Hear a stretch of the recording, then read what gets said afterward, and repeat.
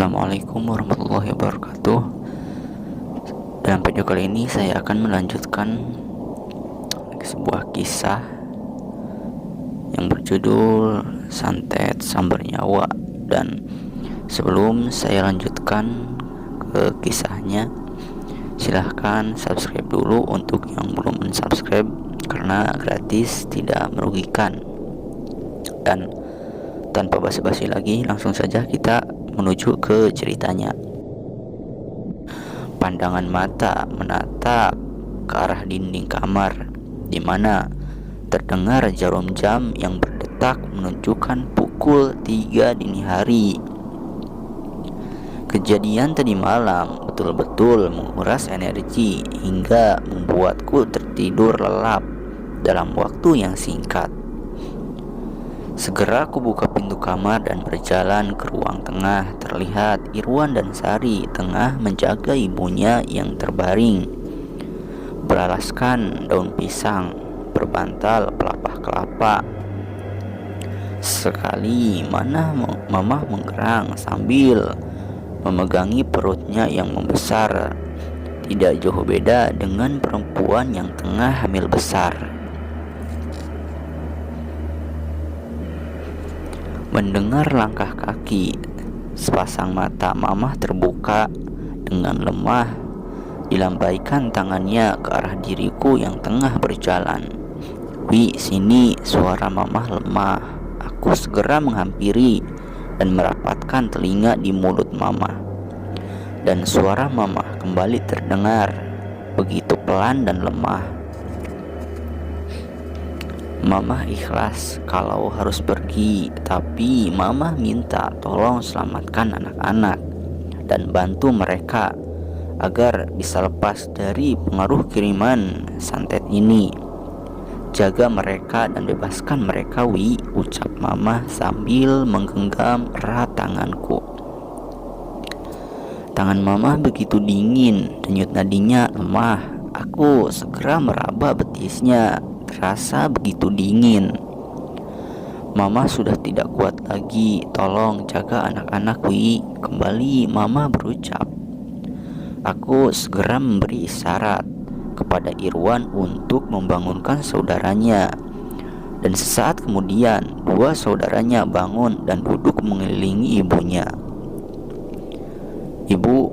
Ibu akan sehat. Semua anak-anak selalu menjaga ibu. Bukankah ibu ingin melihat anak-anak ibu menikah dan meminang cucu?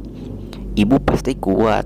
Lihat kami, Bu, anak-anak ibu, dan bertahan demi anak-anak, Bu, ujar Irwan dengan mata yang berkaca. Ibu nyebut Sari. "Sayang sama ibu," ucap Sari. Mata Mamah kembali terpejam. Napasnya tersenggal-senggal. Tangannya memegangi perut yang terlihat mengencang dengan urat-urat berwarna biru yang menonjol di permukaan perut. "Ibu sudah tidak kuat," lirih suara Mamah yang terucap. "Kita belum terlambat. Cepat bersuci," ujarku setelah meraba telapak kaki Mamah. Dan keempat saudara segera berhamburan ke kamar mandi. Malam itu, ketika hawa yang begitu panas yang kurasakan, aku tiba-tiba merasakan rasa kantuk yang luar biasa. Setengah terpejam, aku berjalan menuju pintu kamar dan langsung membantingkan tubuhku di atas kasur. Lalu tidur tanpa ingat apa-apa. Inilah yang disebut ilmu sirup mayat, yang membuat target langsung tidur dan tidak ingat apa-apa. Mungkin saat terkena sirap kiriman itu masuk batinku. Setelah keempat bersaudara duduk mengelilingi ibunya, semua membaca surah Yasin. Setelah ayat Mubin, berhenti dan ikuti doa yang kami baca. Begitu selanjutnya. Kalau ketemu ayat Mubin, berhenti dan ikuti kembali doa yang kami baca. Dalam surah Yasin ada 7 ayat Mubin dan inilah yang disebut dengan Yasin Mubin. Semoga semua doa kita dijabah Gusti Allah dan dengan sihir ini bisa dikeluarkan atau dihentikan, dan dengan wasilah faedah dari karomah serta keagungan surah Yasin. Dan jangan dicari di YouTube ilmu Yasin ini, karena Yasin Mubin dalam versi ini tidak akan pernah ada dalam YouTube, ujarku menerangkan kepada 4 bersaudara. Iya Kang, jawab Dadang sambil mematikan selulernya. Sebelum memulai, baca dulu istighfar dan syahadat, ujarku. Keempat bersaudara mengikuti semua yang disarankan, dan saat berhenti, doa-doa dibacakan pada air dalam baskom bergantian hingga 7 mubin. Setelah pembacaan surah Yasin selesai, air dalam baskom dipakai untuk menyekat tubuh mama. Dengan memakai handuk kecil, si bungsu Sari menyekat seluruh tubuh ibunya yang tinggal tulang berbungkus kulit dengan bagian perut yang membesar. Erangan-erangan dari mulut mama mulai mereda serta kulit perut yang terlihat tidak menegang. Sakit kepala seperti ditusuk ribuan jarum, juga gendang telinga seakan mau pecah. Berdenyut, sakit sekali Kang, teriak Dadang yang tiba-tiba bergulingan di lantai sambil memegangi kepalanya. Ketiga saudaranya melongo dan saling pandang, lalu ketiganya menatap ke arahku. Ambil tangkai kelor ituan dan sabetkan ke arah kepala adikmu, pintaku sambil menunjuk ke arah baskom. Dengan cepat tangan Irwan menyabetkan tangkai dahan kelor serta mencipratkan air kahuripan. Ampun, panas, ampun, jerit Dadang sambil bergulingan di lantai. Ambil gelas dan isi air dari baskom itu, semburkan ke arah ubun-ubun kepalanya, pintaku. Ampun, aku akan keluar, teriak Dadang. Seraya duduk bersila dan tidak lama kemudian tubuhnya terjengkang ke belakang dan pingsan. Selepas sholat subuh dan sebelum keluar rumah, aku meminta Neti untuk membuat lingkaran dengan menggunakan dahan kelor dan membuat lingkaran yang mengelilingi tubuh ibunya yang terbaring, serta menyiramkan ke 4 sudut rumah dan menyiram tepat di pintu masuk. Setelah berada di halaman, kami segera menyebar untuk mencari wujud dari buhul-buhul sihir yang ditanam, yang meledak saat malam tadi. Tidak lama kemudian, keempat bersaudara akhirnya tiba dan kembali berkumpul.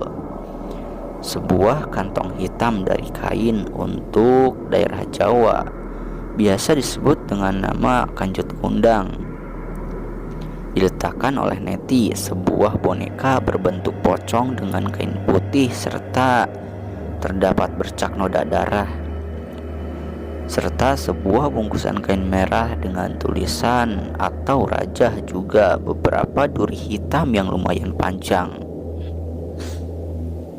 yang menancap di bagian tubuh boneka yang terbuat dari kain. Duri-duri hitam ini berasal dari binatang landak laut. Saat matahari mulai terang, bakar semua benda ini, ujarku. Tiba-tiba ada sebuah energi yang begitu kuat menarik tubuhku ke arah sebuah pohon mahoni yang berada di belakang rumah. Energinya terasa begitu kuat dan tubuhku terasa setengah diseret ke arah pohon mahoni. Kalian tetap di sini dan bakar semuanya saat sinar matahari muncul, ujarku sambil mengikuti energi yang menarik tubuhku. Jangan pernah mengganggu urusanku atau ingin jadi pahlawan. Kalau kamu sayang dengan nyawamu, hardik satu sosok yang keluar dari dalam pohon yang lumayan begitu besar. Aku akan keluar dari rumah ini dan tidak ingin berurusan dengan kalian, dengan satu syarat. Jika salah satu dari penghuni rumah ini bisa kamu ambil nyawanya, cepat atau lambat. Dan sebaliknya, aku tidak ingin kalian pergi dari rumah ini, karena aku akan membakar kalian serta menghanguskan kalian hingga menjadi abu balasku. Bagus, biar junjungan kami yang menelan tubuhmu, jawabnya. Aku tidak takut sedikit pun dengan junjunganmu, penguasa hutan Dangder, balasku menggertak. Manusia sombong, kamu bukan apa-apa dan tidak ada apa-apanya bagi junjunganku, jawab makhluk itu. Sampaikan salamku pada rajamu yang bernama Baduga Janggala Palasara, ucapku seraya bertolak pinggang dan membusungkan dada setelah menyebut nama penguasa hutan Dangder. Kenapa kamu tidak langsung bersujud serta mohon maaf agar selembar nyawamu diampuni, sergah makhluk itu. Aku tidak akan bersujud dan mohon ampun pada makhluk seperti kalian yang sama-sama makhluk yang diciptakan oleh Tuhan. Setan alas, tunggu saja kematianmu, jawab makhluk itu. Malam kembali turun bersama gelap yang mengiringi. Suara binatang malam seakan berlomba memecah keheningan. Jarum jam berdetak di dinding ruang tengah. Mamah terbaring dengan tubuh yang tinggal tulang, matanya terpejam. Sesekali merintih sambil memegangi perutnya. Malam itu seakan semakin mencekam. Setelah tadi pagi harinya, semua buhul-buhul yang tertanam keluar dan berwujud, lalu sirna dilahap si jago merah. Diakhiri sebuah ledakan yang membuat keempat saudara menutup telinga dan melongo melihat buhul-buhul yang meledak dan tercerai-berai. Sesaat setelah salah satu makhluk yang keluar dari pohon mahoni besar telah lenyap, sepotong kertas jatuh melayang dan tepat di bawah kakiku. Setelah kuperhatikan, ternyata itu sebuah foto keluarga dari Irwan. Dalam foto itu terlihat setiap kepala dilingkari dengan warna merah, serta ada lubang-lubang bekas tusukan, yaitu tusukan jarum pada foto itu. Ibunya Irwan, dan pada foto anak-anak bungsu terlihat sebuah sayatan di leher serta bercak darah yang sengaja dilumurkan pada foto Sari. Batinku saat itu, Sari merupakan target selanjutnya. Sebagai anak bungsu, tentu Sari sangat dekat dengan ibunya, dan sebagai anak paling kecil, tentu Sari sangat disayang sama kakak-kakaknya. Mengambil satu persatu orang yang disayangi adalah cara jitu untuk menghancurkan hati orang. Wan, Kangwi, manusia biasa yang mempunyai keterbatasan. Sebagai kakak yang paling tua, sudah menjadi kewajibanmu untuk melindungi semua adik-adikmu saat ini. Kondisi ibu sudah sangat mengkhawatirkan. Mungkin kekuatan sihir itu pada malam ini memang sudah dikirim dengan energi yang lebih besar. Secara tidak langsung, saat kita membakar semua buhul-buhul, pada dasarnya kita telah mematahkan dan menangkal sihir serta menantang dukun itu. Coba lihat ini, ujarku sambil menyodorkan foto keluarga yang jatuh dari atas pohon mahoni. Dengan seksama, Irwan memperhatikan foto keluarga. Tanpa menunggu Irwan bertanya, aku segera menjelaskan maksud dan tujuan dari foto itu. Mulut Irwan sampai ternganga setelah mendengar semua yang kujelaskan.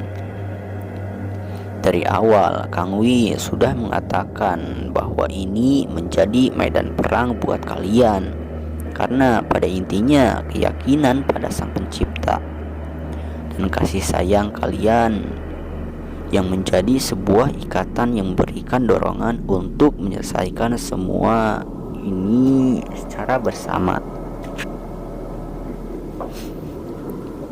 Terlepas berhasil atau tidak, itu urusan belakang, karena yang terpenting kalian menjadi sebuah kesatuan untuk sama-sama memerangi kezoliman, ucapku. Kang, kami berempat tidak tahu apa-apa. Kami bingung dengan apa yang harus dilakukan. Jikalau kami harus berperang, kami tidak tahu seperti apa peperangan itu, ujar Dadang. Peperangan ini tidak bisa digambarkan seperti apa medan perangnya, tapi yang jelas, doa-doa kalian adalah senjatanya. Bahkan kekuatan doa mampu merubah takdir. Kalian punya Tuhan yang maha segalanya. Kepasrahan kalian pada Tuhan, doa kalian pada Tuhan semesta alam adalah senjata yang harus kalian gunakan untuk berperang. Malam ini, cepat atau lambat, serangan balasan dari sepasang dukun santet itu pasti datang. Disadari atau tidak, semua makhluk-makhluk yang dikirim sudah mengelilingi rumah ini, ujarku. Serius Kang, seru Irwan. Hidupkan lilin, matikan lampu di tengah ruangan. Kalian kelilingi ibu kalian sambil saling berpegangan tangan. Jadikan diri kalian sebagai sebuah kesatuan. Baca semua doa yang sudah kuajarkan. Taruh nyala lilin di tempat sudut. Pejamkan mata dan fokuskan hati juga pikiran atas nama Zat yang maha kuasa yang ada dalam hati dan pikiran kalian adalah Allah, pintaku. Di halaman desa, suara angin menggebu membawa hawa dingin bersama daun-daun kering bertebangan. Bulan redup tertutup awan, bintang seakan enggan berkedip. Janggala Palasara tidak usah sembunyi dalam hitamnya malam. Memang kita ditakdirkan untuk kembali bertemu. Teriak lantang suaraku memecah hening malam. Hahaha, suara tawa yang menggelegar diiringi melesatnya asap hitam yang membungkus bola api. Huss, lesatan asap hitam. Blar, sebuah dentuman terdengar. Seiring beradunya dua energi dan pukulan Jibril dan asap hitam. Asap hitam yang membungkus bola api kembali melesat dari arah atas, searah dengan ubun-ubun kepalaku. Segera kuangkat dua lenganku dalam posisi berdoa. Ya Rob, atas keagungan dan keberkahan dalam setiap huruf, setiap ayat, dan setiap kalimat, juga wasilah dari setiap surah. Dohirkan kekuatan di tangan kananku atas izin darimu ya Rob. Terdengar lirih doa yang terucap. Sesaat kemudian cahaya ungu menyelimuti kedua lenganku. Dengan satu hentakan, satu energi dari asma kurung menyongsong lesatan asap hitam. Kembali dua energi beradu dan kali ini membuat tubuhku terlempar dan terjatuh. Telungkup tak bergerak. Modar sia, teriak Janggala Palasara mewujudkan tubuhnya yang berwujud setengah ular sambil kembali melesat dengan dua tangannya yang berkuku tajam. Eureun sia, berhenti kamu. Sebuah teriakan yang menggema dan membahana dari sosok laki-laki tua dengan rambutnya yang panjang serta jenggot hingga mencapai pusar, dengan bentuk tubuh tidak jauh beda dengan Janggala Palasara. Aku tidak perlu menyebutkan namaku. Aku yakin kamu pasti mengenalku seperti aku yang mengenal dirimu. Jamrong eta maneh, itu kamu, tanya Janggala.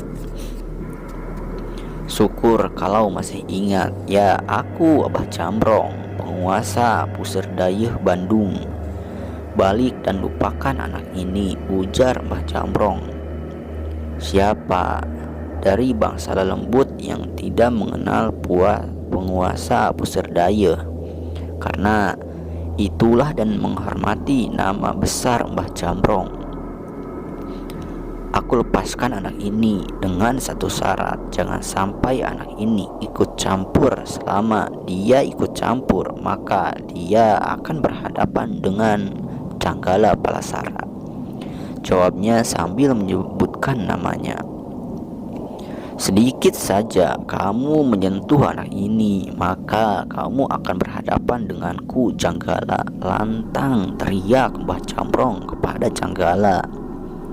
Jamrong, aku menghormatimu, tapi bukan berarti aku takut kepadamu, balas Janggala. Bagus, kalau begitu biar aku tahu seberapa besar kekuatan penguasa hutan Dangder, tukas Mbah Jamrong. Dengan senang hati aku memberi sedikit pelajaran buat kakek renta penguasa Puseur Dayeuh. Bersiaplah, sergah Janggala. Pada akhirnya kedua bangsa lelembut penguasa, dua tempat yang berbeda, terlibat dalam sebuah pertempuran.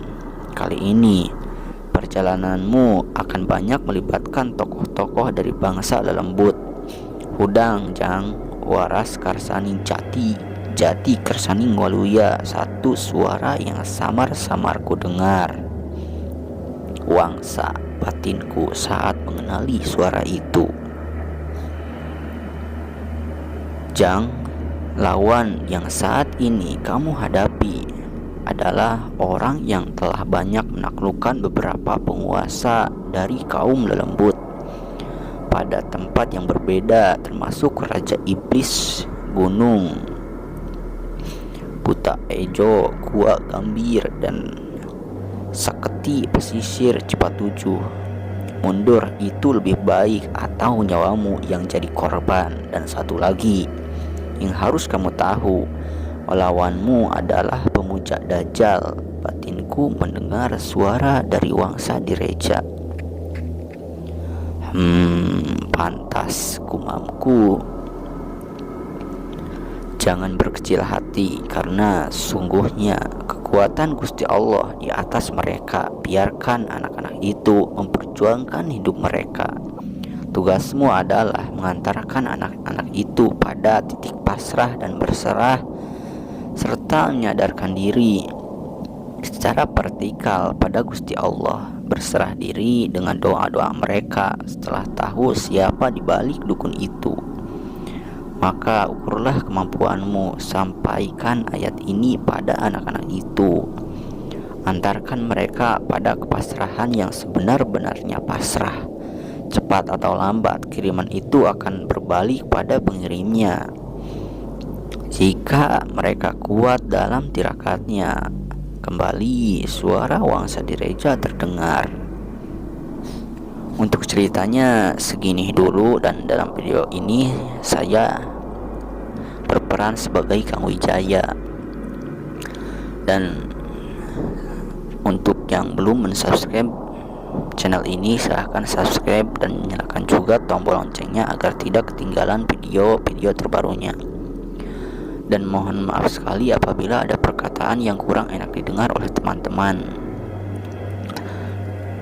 Sekian dari saya. Wassalamualaikum warahmatullahi wabarakatuh.